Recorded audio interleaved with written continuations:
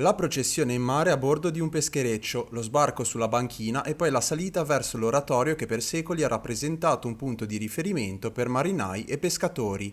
Seppur sotto una pioggia passeggera, Santa Margherita Ligure ha celebrato i festeggiamenti in onore di Sant'Erasmo, vescovo e martire, patrono della marineria. Quest'anno il cardinale Angelo Bagnasco ha preso parte alle funzioni a terra, sottolineando nell'omelia l'apporto che gesti quotidiani e comunità possono dare alla pace. Sembra che sia una questione così molto lontana. Ecco, noi cerchiamo di far pace nelle nostre famiglie, nei nostri borghi, nelle nostre città, eccetera.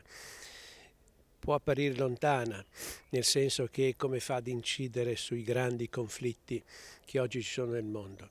Questo da un certo punto di vista è vero, però da un altro punto di vista noi crediamo fermamente che c'è un filo invisibile che unisce tutta l'umanità, per cui il bene, purtroppo anche il male, può passare da uno all'altro per vie invisibili.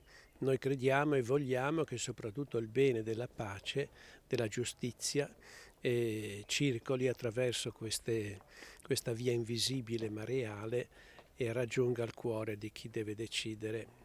Alla fine delle celebrazioni religiose, il cardinale Bagnasco ha ricevuto alcuni omaggi, tra cui una fotografia di uno dei luoghi più celebri di Portofino, scattata però da una prospettiva unica. Allora, è una fotografia fatta da sott'acqua di San Giorgio, della chiesa di San Giorgio.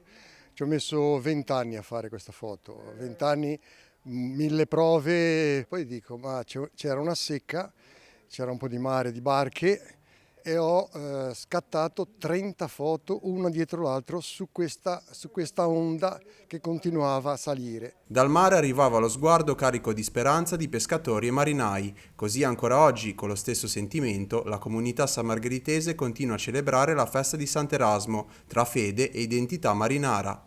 Se manca questo radicamento determinato da questi eventi, il territorio non esiste più la nostra identità e quindi questi, diciamo quasi inconsciamente, il sammargheritese è legato soprattutto a queste tradizioni religiose, ma non solo, perché poi sono religiose ma nel contempo hanno un aspetto anche sociale, perché sono aggregazione, sono solidarietà.